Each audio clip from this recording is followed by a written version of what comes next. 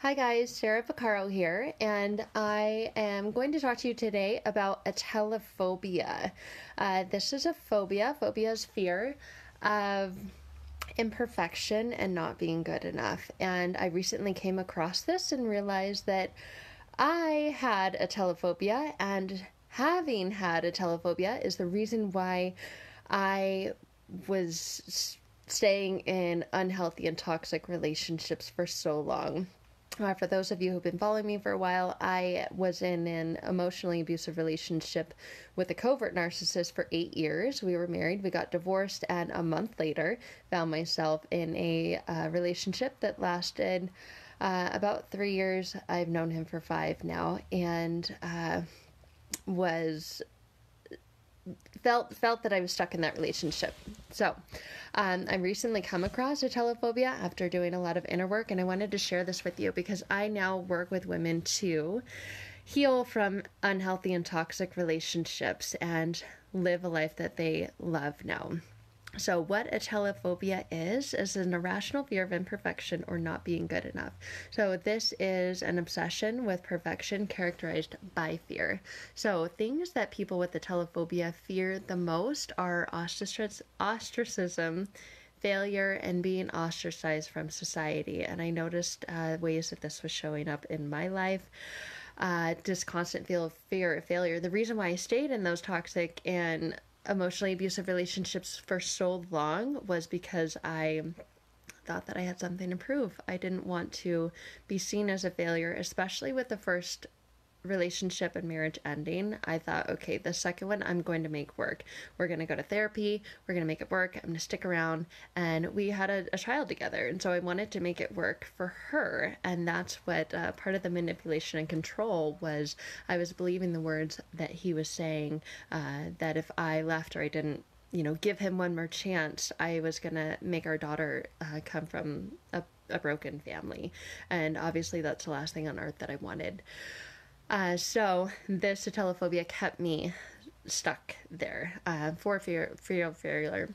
I constantly thought that I would make a mistake while in charge, and found that this was impacting my professional life, the jobs that I was in. I had opportunities to move up in my career and my job, but I would always negate that and say I wasn't ready for that, and then want to switch and change and look for a different job, because once I was in this mode of being in charge, I just panicked. Like, I didn't want to be in charge because I thought that I would be letting people down. I didn't think I could make it. Hello.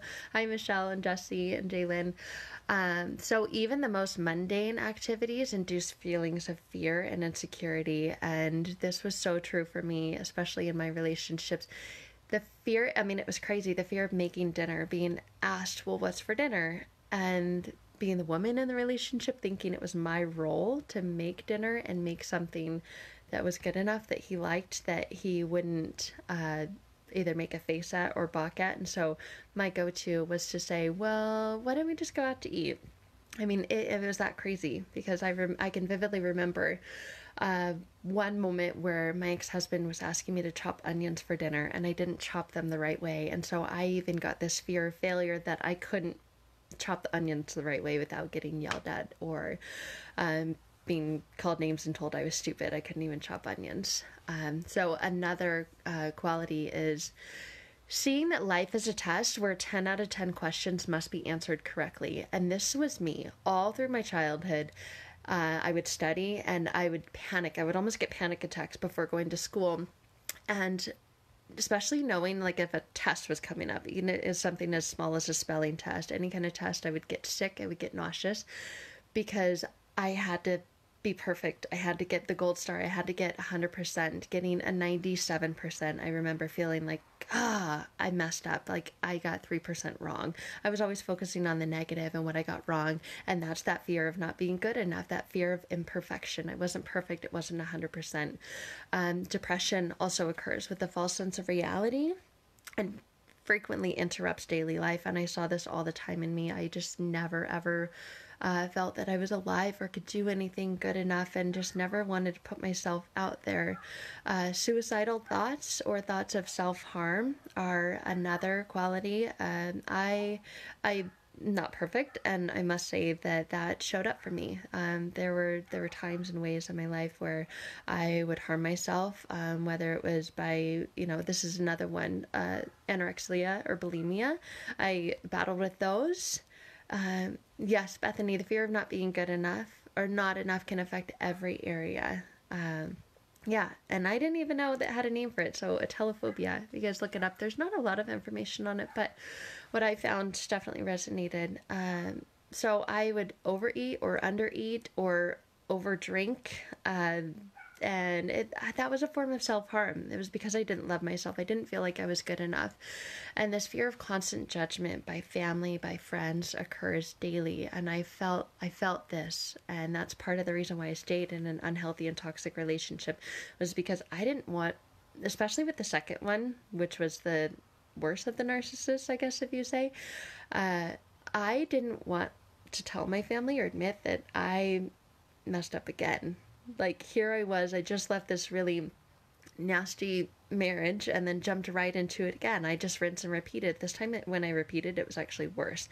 And I stayed because I didn't want to admit, and I didn't want to tell my family, like, how bad it was. And it wasn't until I had my daughter and I needed help, because I feared for my life. I feared for my daughter's life. I feared for his life. He was in the army, always had guns, knives. Like, I literally felt like I was on edge. I couldn't sleep. That's another sign of this, is insomnia. So insomnia can be contributed to this not fear of not being good enough or fear of imperfection. Our mind doesn't turn off. That switch doesn't turn off. For me, that was part of it, but it was also this fear that if he was gone, he was going to come back and do something. This also can lead to substance abuse, social anxiety, and then the causes of this can be biological, but it also has to do a lot with environmental. So, the ways that we were raised, a lot of trauma, early childhood trauma. So that is what I specialize in helping women with now. I've been through it, I've been there, and help women with breaking free from this. Hello, Susan and Jenna. Thank you guys for watching. I have broken free from that with rapid transformational therapy, and so now in rapid transformational coaching, I help women leave unhealthy and toxic relationships. So if you feel like this is you, if you feel like you have any signs of atelophobia, that fear of not being good enough, that fear of imperfection, I would love to chat with you. So in the comments below this, I will just leave a link to schedule a quick 15-minute call.